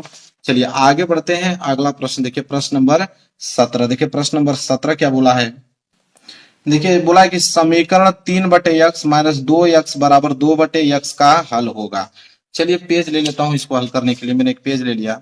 देखिए क्या बोला है, ये भी सिंपल है, 3/x और -2x बराबर 2/x। सिंपल करना क्या है कि यहाँ कुछ नहीं तो इसके नीचे 1 मान लीजिए। अब यहाँ पे ax और 1 का एलसीएम x होता है, x से x कैंसिल, बच गया 3 माइनस 1 का भाग x में दोगे तो x को गुणा करोगे 2x में तो 2x स्क्वायर बराबर 2 क्या हो जाएगा x। अब देखिए x से यह x नीचे से नीचे कैंसिल हो गया, बच गया 3 - 2x स्क्वायर बराबर कितना 2। तो यहाँ पे आप कीजिए 3 और यह प्लस 2 इधर आएगा तो -2 बराबर हो जाएगा 2x स्क्वायर। तो यहाँ 3 में से 2 गया तो 1 बराबर हो जाएगा 2x स्क्वायर। यहाँ से जब आप x स्क्वायर निकालोगे तो 1 और 2 गुणा में तो 2 इधर आएगा तो भाग में हो जाएगा। जब यहाँ से आप x निकालोगे तो यह वर्ग इधर जाएगा तो वर्गमूल में हो जाएगा 1/2, और वर्गमूल हमेशा प्लस और माइनस में आता है। तो 1 का वर्गमूल तो 1 आ जाएगा, लेकिन 2 का वर्गमूल नहीं निकलेगा तो 1 करड़ी में ही रहेगा। तो x का वैल्यू जो आ गया प्लस माइनस 1/करड़ी में 2 आ गया। क्या यही आंसर है जी, बिल्कुल। तो यहाँ पे हो जाएगा प्लस माइनस 1/करड़ी में 2, मतलब पहला वाला ऑप्शन जो है बिल्कुल राइट आंसर हो जाएगा मेरे प्यारे बच्चों। समझ में आ गया आप लोगों को, बिल्कुल आराम आराम से समझा रहा हूँ मेरे प्यारे बच्चों। चलिए 18वां प्रश्न देखिए क्या है मेरे प्यारे बच्चों। 18वां प्रश्न है कि साइन 27 डिग्री बटे कॉस 63 अंश का मान होगा। ये भी इसका वैल्यू हमेशा 1 आता है मेरे प्यारे बच्चों। जब भी 27 और 63 जोड़ोगे तो 90 अंश आएगा, 90 अंश का वैल्यू 1। ट्रिक बता रहा हूं, हल करने का तरीका भी बता देता हूं। देखो इसको कैसे करोगे, साइन 27 अंश को चेंज कर दो, 27 अंश को आप लिख सकते हो 90 - 63 अंश, क्योंकि 90 में से 63 जाएगा तभी 27 बचेगा, और नीचे वाला वैल्यू को रहने दो इसी तरह cos 63 अंश।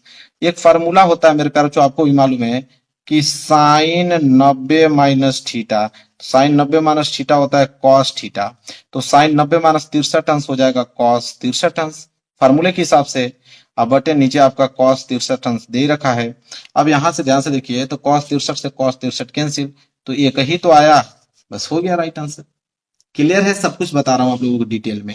मेरे प्यार बच्चों अगला देखिए प्रश्न नंबर 19। प्रश्न नंबर 19 क्या है मेरे प्यार बच्चों, देखिए 19वां है कि यदि 65 और 117 के एचसीएफ को 65 यम माइनस 117 के रूप में व्यक्त किया जाए तो यम का मान क्या होगा। अब मेरे प्यार बच्चों अब सिंपल है कि 65 और 117 का एचसीएफ निकालिए, उस एचसीएफ को इसके बराबर कर दीजिए। तो 65 का एचसीएफ निकालना है और 117 का, तो 65 का भाज्य गुणनखंड के रूप में तोड़िए। 65 को हम क्या लिख सकते हैं 5 गुणे 13, बिल्कुल। 117 का फैक्टराइजेशन करेंगे तो क्या हो जाएगा 3 गुणे 3 गुणे 13, क्योंकि 3 3 9 और 13 9 117। अब मेरे प्यारे बच्चों इसका हमें निकालना है एचसीएफ। एचसीएफ क्या होता है जो कॉमन मिला, कॉमन 13 इसमें भी है 13 इसमें भी है, तो 13 क्या हो गया एचसीएफ। अब जब 13 एचसीएफ हो गया तो बोला है कि इसके रूप में व्यक्त कीजिए, तो हम क्या करेंगे कि 65 यम माइनस 117 को 13 के बराबर कर देंगे, ठीक है। तो ये हो जाएगा आपका 65 एम बराबर 13 और प्लस माइनस 117 उधर जाएगा तो प्लस 117 हो जाएगा, तो हो जाएगा 65 एम बराबर मेरे प्यारे बच्चों 7 3 10 और 1 1 2 1 3, और ये हो जाएगा आप लोगों का 130, ठीक है। तो एम का वैल्यू निकालोगे तो क्या हो जाएगा 130 बटे के 65, तो 65 दूनी के 130 होता है। एम बराबर क्या आ गया 2 आ गया। क्या यही आंसर है, जी बिल्कुल यही आंसर है, एम बराबर 2। तो 2 दिया है मेरे प्यारे बच्चों, बिल्कुल बी वाला ऑप्शन जो है बिल्कुल राइट आंसर हो जाएगा। समझ में आ गया, ये भी प्रश्न बहुत आसान है मेरे प्यारे बच्चों, बिल्कुल 1 2 बार प्रैक्टिस करके जाओगे ना सारे क्वेश्चन एग्जाम में करके चले आओगे। चलिए अगला प्रश्न देखते हैं 20वां प्रश्न। देखिए 20वां ऑब्जेक्टिव का लास्ट प्रश्न है, इसके बाद खंड ब स्टार्ट होगा। क्या है कि यदि किसी बारंबारता बटन का माध्य माध्य आपको दे रखा है 20.5 और माध्यिका 20 है तो उसका बहुलक होगा, उसका बहुलक पूछ रहा है। मेरे प्यारे बच्चों एक फार्मूला होता है इसका, ठीक है, फार्मूला नोट कर लो। फार्मूला में रेड पेन से लिख देता हूं। देखिए फार्मूला इसका होता है मेरे प्यारे बच्चों बहुलक बराबर, बहुलक बराबर इसका फार्मूला होता है मेरे प्यारे बच्चों 3 गुणे माध्यिका, क्या होता है 3 गुणे माध्यिका माइनस 2 गुणे माध्य, यह फार्मूला होता है। अब यहाँ पे इसी फार्मूले पे आप रखिए, तो बोला है यहाँ पे बहुलक होगा, बहुलक पूछा है तो बहुलक को 20 से डिनोट कर दो, ये हो जाए 3 गुणे माध्यिका, ठीक है। माध्यिका बराबर 20 दे रखा है माइनस 2 गुणे माध्य, माध्य आपको 20.5 दे रखा है। अब सिंपल है बहुलक बराबर क्या हो जाएगा 20 तिहाई के 60 और माइनस 20.5 का गुणा जब 2 में करोगे तो 20 दूनी के 40 से 41, ठीक है। तो बी बराबर कितना आ जाएगा 10 में से 1 जाएगा तो 9 और 5 में से 1 जाएगा, 5 में से 4 जाएगा तो 1 19, बहुलक बराबर क्या हो गया 19 आ गया। 19 का मतलब सी वाला ऑप्शन जो है बिल्कुल राइट आंसर हो जाएगा। देखिए कितना आसान है मेरे प्यारे बच्चों, अगर 1 2 बार प्रैक्टिस कर लोगे ना सारे के सारे क्वेश्चन बता रहा हूँ, एक भी छूटने वाला नहीं है मेरे प्यारे बच्चों। समझ में आ गया आप लोगों को। चलिए तो 20वां प्रश्न भी बिल्कुल डिटेल में मैंने आप लोगों को सॉल्व करके दिखा दिया। अब हम देखेंगे खंड ब। चलिए मेरे प्यारे बच्चों देखिए खंड ब स्टार्ट हो गया यहाँ से। खंड ब प्रश्न नंबर 21 बोला है कि सभी खंड कीजिए, इसमें जितने खंड है सभी खंड करना है। क वाला प्रश्न है कि 867 और 255 का लसा तथा मसा ज्ञात कीजिए, और ये प्रश्न कितने नंबर के लिए 2 नंबर के लिए। तो ये भी प्रश्न बहुत ज्यादा सिंपल है मेरे प्यारे बच्चों, लसा तथा मसा पूछा है, किस प्रकार आप एग्जाम में इसको हल करोगे देखिए। तो सबसे पहले 867 और 255 का लसा ज्ञात करना है। तो सबसे पहले आपको करना क्या है कि 867 का यहाँ पे फैक्टराइजेशन कर लीजिए, ठीक है। तो 867 को घटाइए, किससे करेगा 8 6 14 14 और 7 4 11 21, 3 से कट जाएगा, 3 से कटाइए तो 3 दूनी के 6 बच जाएगा 26, 3 आठे 24 और 3 नवा 27, 289 बार में कट गया। इसके बाद 289 तो 17 से ही कटेगा, क्योंकि 17 से 17 बार में 289 कटता है और फिर 17 एकम 17। इसी तरह 255 का कर लीजिए। 255 का जब आप करोगे मेरे प्यारे बच्चों तो सबसे पहले 3 से कट जाएगा, 3 आठे 24 और 3 पाँचे 15। इसके बाद 5 से कटाइए, तो 5 से कटाइए 17 पाँचे 85, फिर 17 से कटेगा 17 एकम 17। तो इसको लिखोगे कैसे मेरे प्यारे बच्चों देखिए, तो सबसे पहले लिखोगे 867 बराबर और नीचे लिखोगे 255 बराबर। तो 867 को आप क्या लिख सकते हो 3 × 17 2 बार है तो 17 पे पावर 2। 255 को लिखोगे 3 पे पावर 1 × 5 पे पावर 1 × 17 पे पावर 1, इस पे पावर 1, क्योंकि एक एक बार है। अब आपको लसा ज्ञात करना है, एलसीएम। एलसीएम क्या कहता है मेरे प्यारे बच्चों? एलसीएम का मतलब ये चीज होता है कि जितनी भी अभाज्य संख्या है सभी ले लो। कौन कौन सी है? 3, 5 और 17 है। और सबकी क्या ले लो मेरे प्यारे बच्चों? बड़ी घात। ठीक है, 3 की सबसे बड़ी घात 3 ही है, 5 की सबसे बड़ी घात आपकी 5 है, और यहाँ पे क्या है आपके 17। 17 की सबसे बड़ी घात क्या है? 2 है, तो यहाँ पे 17 पे पावर 2 लोगे। ठीक है, एलसीएम निकालने का यही तरीका होता है कि जितनी भी अभाज्य संख्या सबको ले लो, 3, 5, 17, सबसे बड़ी घात सबका ले लो। तो 3 की सबसे बड़ी घात 3 पे पावर 1, 5 पे सबसे बड़ी घात 5 पे पावर 1, और 17 पे सबसे बड़ी घात 2 है तो 2 ले लिया। तो हो जाएगा 3 5 15 और गुणे 17 का क्या होता है? 289। ठीक है, और 289 में जब 15 को गुणा करोगे तो आ जाएगा आपका 4335। तो 4335 क्या है? एलसीएम आ गया मेरे प्यारे बच्चों। अब लगे बारी एचसीएफ निकालने की। तो एचसीएफ का क्या तरीका होता है? एचसीएफ का तरीका ये होता है मेरे प्यारे बच्चों, जो उभयनिष्ठ संख्या मिल रहा है, ठीक है, जो उभयनिष्ठ संख्या मिल रहा है, जैसे 3 इसमें भी है, 3 इसमें भी है, 17 इसमें भी है, 17 इसमें भी है, तो मैं 3 को भी लूंगा, 17 को भी लूंगा, लेकिन सबसे छोटी घात लूंगा। सबसे छोटी घात, तो 3 की सबसे छोटी घात 1 है, 17 पे सबसे छोटी घात 1 ही है, तो 17 3 कितना होता है? 51। 51 आपका क्या हो गया? एचसीएफ आ गया। क्या यही उत्तर है? जी बिल्कुल यही उत्तर है। तो एलसीएम और एचसीएफ हमने बता दिया आप लोगों को, कोई दिक्कत नहीं होना चाहिए। चलिए आगे बढ़ते हैं, अगला प्रश्न देखते हैं मेरे प्यारे बच्चों। देखिए ख वाला प्रश्न क्या है? ख वाला प्रश्न है कि यदि cos a बराबर करड़ी में 3/2 तो sin 2a का मान है। ये भी प्रश्न 2 नंबर के लिए पूछा गया। देखिए इसको कैसे लगाएंगे मेरे प्यारे बच्चों? तो सिंपल ये भी है, जब आपको यहाँ पे cos a बराबर दे रखा है करड़ी में 3/2 और पूछा है आपसे यहाँ पे कि sin 2a का मान ज्ञात कीजिए, कि sin 2a बराबर क्वेश्चन मार्क दे रखा है। तो सिंपल करोगे क्या, कैसे हल इसको करोगे? देखिए सबसे पहले मेरे प्यारे बच्चों cos a है ना, तो आप cos a लिख दो बराबर करड़ी में 3/2। तो cos कितना अंश का मान करड़ी में 3/2 होता है? तो आप कहोगे cos 30 अंश का मान जो होता है करड़ी में 3/2 होता है। तो यहां से आपको देखने को एक चीज मिल रहा होगा कि cos से cos कैंसिल, a बराबर कितना आ गया? 30 अंश आ गया। तो a बराबर जब 30 अंश आ गया तो यहाँ a का मान रख दो, तो ये हो जाएगा sin 2 इंटू a का मान कितना हो गया? 30 अंश। तो ये हो जाएगा sin 30 दूनी के 60 अंश, और sin 60 अंश का मान कितना होता है? करड़ी में 3/2 होता है। बस यही हो गया उत्तर मेरे प्यारे बच्चों। इतना ज्यादा सिंपल सिंपल प्रश्न है, ऐसे ही आपको करने हैं। ये भी प्रश्न क्लियर हो गया। चलिए देखिए ग वाला प्रश्न क्या है? ग वाला प्रश्न मेरे प्यारे बच्चों यह है कि यदि द्विघात समीकरण दिया हुआ है कि 3x² माइनस के 12x प्लस 2m बराबर 0 के मूल बराबर हैं, तो यम का मान ज्ञात कीजिए। देखिए ऑब्जेक्टिव क्वेश्चन में इस तरह का भी प्रश्न आया था मूल बराबर वाला। देखिए यहाँ तो आप डिटेल में और समझ में आ जाएगा आप लोगों को। मैंने बताया मूल बराबर का मतलब होता है मेरे प्यारे बच्चों कि विविधकर 0 के बराबर होने लगता है। तो सबसे पहले यहां से मैंने कहा था कि a b c का वैल्यू निकाल लीजिए। a b c मैंने बताया था कि a होता है x² का गुणांक, तो x² गुणांक 3 हो गया। b होता है x का गुणांक, तो b का गुणांक हो गया -12। c होता है अचर पद, c क्या है आपका? 2m, तो हो जाएगा c बराबर 2m। बोला है कि मूल बराबर है, जैसा आपको मालूम है कि यहाँ पे बोला है कि मूल बराबर हैं। यहाँ लिखना पड़ेगा, एग्जाम में आप लोग बिल्कुल स्टेप बाय स्टेप लिखिएगा। मैं तो क्वेश्चन सॉल्व कर रहा हूँ, आप लोग स्टेप बाय स्टेप लिखिएगा। मूल बराबर हैं मतलब डी जो है 0 के बराबर है, विविधकर 0 के बराबर हो गया। और डी का मतलब होता है कि b² माइनस 4ac, तो यह जो है 0 के बराबर हो गया। बस वैल्यू रखिए। b बराबर क्या है? -12, तो -12 का होल स्क्वायर माइनस 4 गुणे a मतलब 3, 80 का वैल्यू मतलब 2m बराबर 0। तो -12 का स्क्वायर करोगे तो 144 आएगा प्लस का, और -4 3 12, 12 दूनी के 24m आ गया। 24m बराबर कितना आ गया? 0 आ गया। अब मेरे प्यारों चीज हो जाएगा 144 बराबर -24m उधर जाएगा तो प्लस के 24m बराबर 0। बराबर कह रहा हूं, बराबर किधर आ गया? तो बराबर का हट गया बराबर ना। अब यहां से m निकालना है तो हो जाएगा 144/24, तो 24 कटा दो तो 144 कितने बार में कट जाएगा? 24 6 के 144 होता है, तो m बराबर 6 आ गया। बस यही उत्तर हो गया मेरे प्यारे बच्चों। समझ में आ गया आप लोगों को? देखिए इतना आसान होता है। तो एक बार मैं कह रहा हूँ, एक बार अगर अच्छे से पढ़े रहोगे तो सारे क्वेश्चंस करके चले आओगे। चलिए अगला प्रश्न देखते हैं।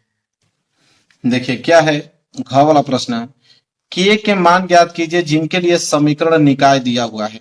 समीकरण है के एक्स प्लस 2y बराबर 5 और 3x प्लस वाई बराबर 1 का पहला तो हल करना है कि अद्वितीय हल हो तब के का मान क्या होगा, और दूसरा है कि कोई हल नहीं होगा तब के का मान क्या होगा। तो दोनों क्वेश्चन हल करने पड़ेंगे हमें। तो सबसे पहला हम लोग तो हल करेंगे अद्वितीय हल होने का। तो सबसे पहले हम लोग लिखेंगे कि अगर अद्वितीय हल होगा तब के का मान क्या होगा। तो अद्वितीय हल हो तब के का मान क्या होगा, यह हल कर रहे हैं। तो यहाँ पे आपको दो समीकरण देखने को मिल रहा होगा। एक तो आपका के एक्स प्लस 2y बराबर 5 और एक आपका है 3x प्लस वाई बराबर के 1 है मेरे प्यारे बच्चों।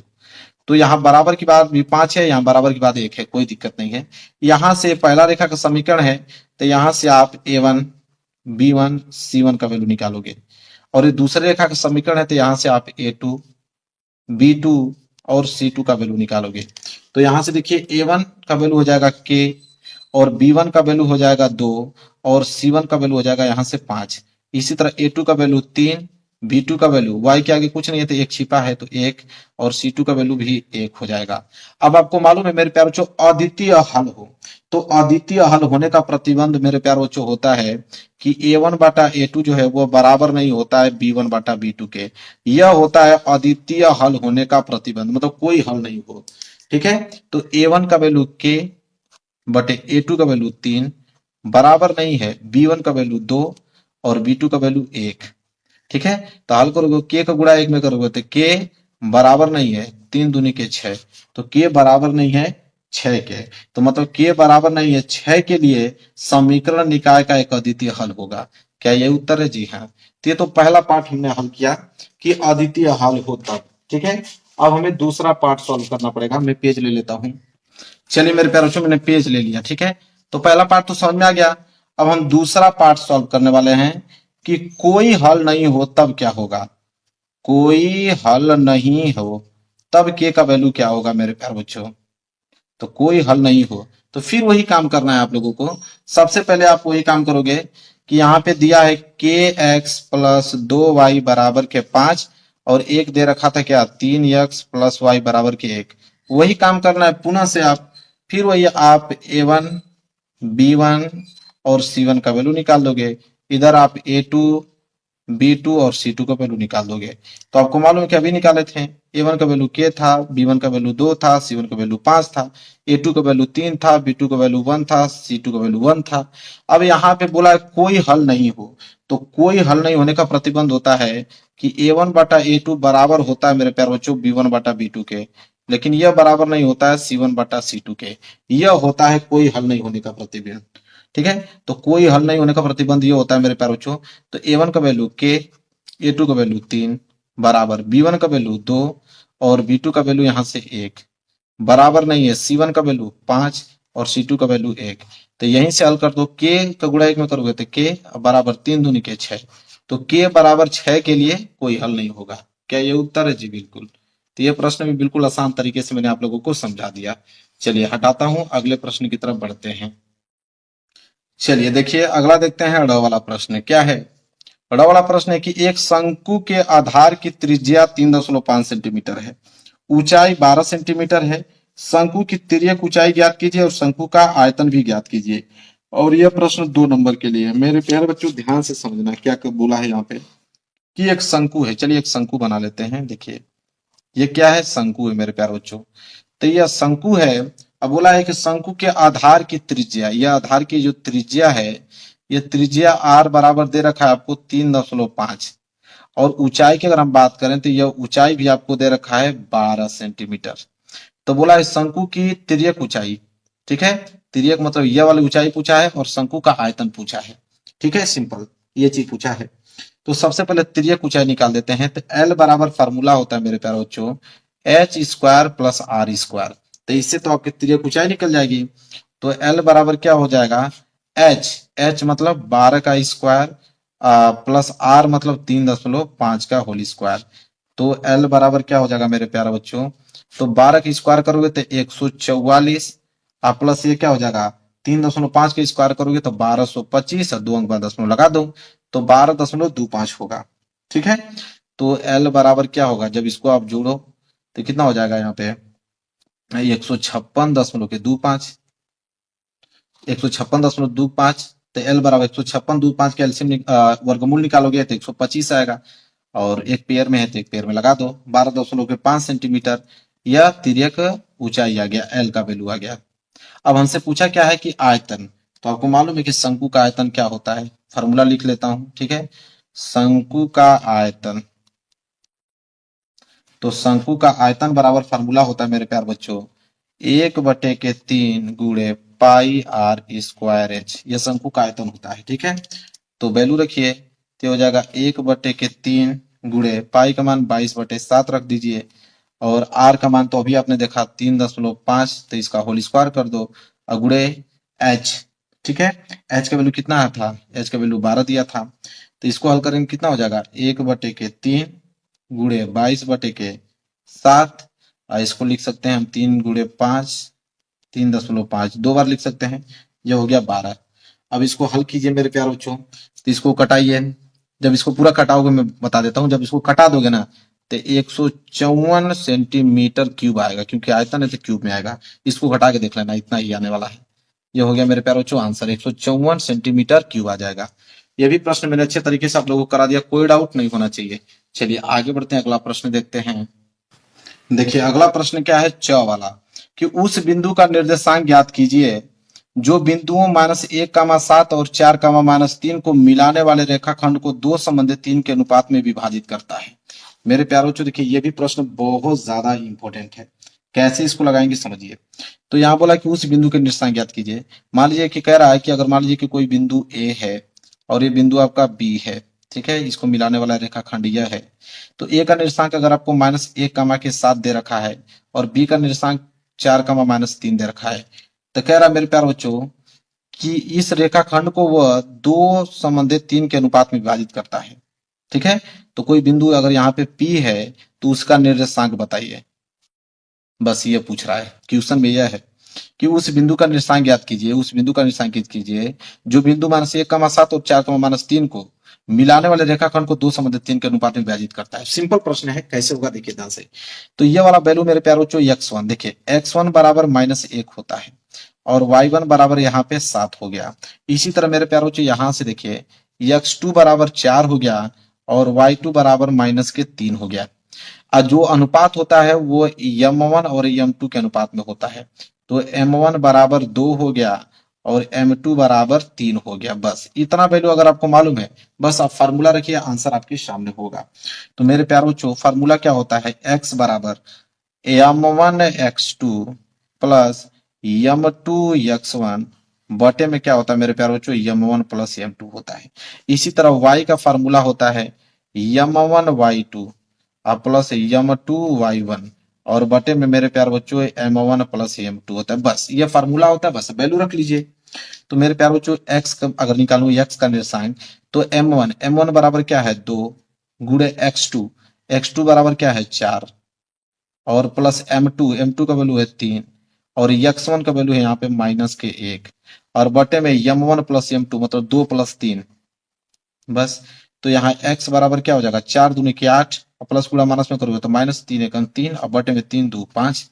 तो यहाँ होगा x बराबर 8 में से 3 गया तो 5 और 5/5 तो x बराबर क्या आ गया 1। तो x बराबर 1 आ गया। इसी तरह y निकाल दीजिए तो y बराबर क्या हो जाएगा m1 का वैल्यू क्या है 2 प्लस y2 का वैल्यू क्या है -3 प्लस m2, ठीक है, m2 का वैल्यू कितना है 3 और प्लस y1 का वैल्यू यहाँ से देखिए 7 है और बटे m1 प्लस m2 मतलब 2 + 3।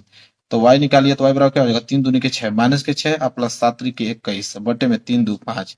तो y बराबर कितना हो जाएगा -6 और 21 घटा दीजिए कितना हो जाएगा 15/5 5 3 15 y बराबर 3। तो y बराबर 3 x बराबर 1 और यही निर्देशांक पूछा था। तो x बराबर कितना है जी 1 और y बराबर 3। तो उस बिंदु का निर्देशांक आ गया 1,3। बस हल हो गया मेरे प्यारे बच्चों 1,3। चलिए तो मेरे प्यारे बच्चों यह प्रश्न भी 2 नंबर का था, मैंने क्लियर करा दिया। अब यहां से प्रश्न नंबर 22 मेरे प्यारे बच्चों स्टार्ट होता है और प्रश्न नंबर 22 4 नंबर वाले प्रश्न है। तो 4 नंबर वाले प्रश्न और 6 नंबर वाले प्रश्न में अगली वीडियो में सॉल्व करूंगा, क्योंकि वीडियो बहुत लंबी हो जाएगी। तो इतना क्वेश्चन आप तैयार कर लो, कल वीडियो में अपलोड कर दूंगा ये वाला, इसको देख के तैयार कर लेना, 70 में 70 नंबर बिल्कुल पक्का हो जाएगा।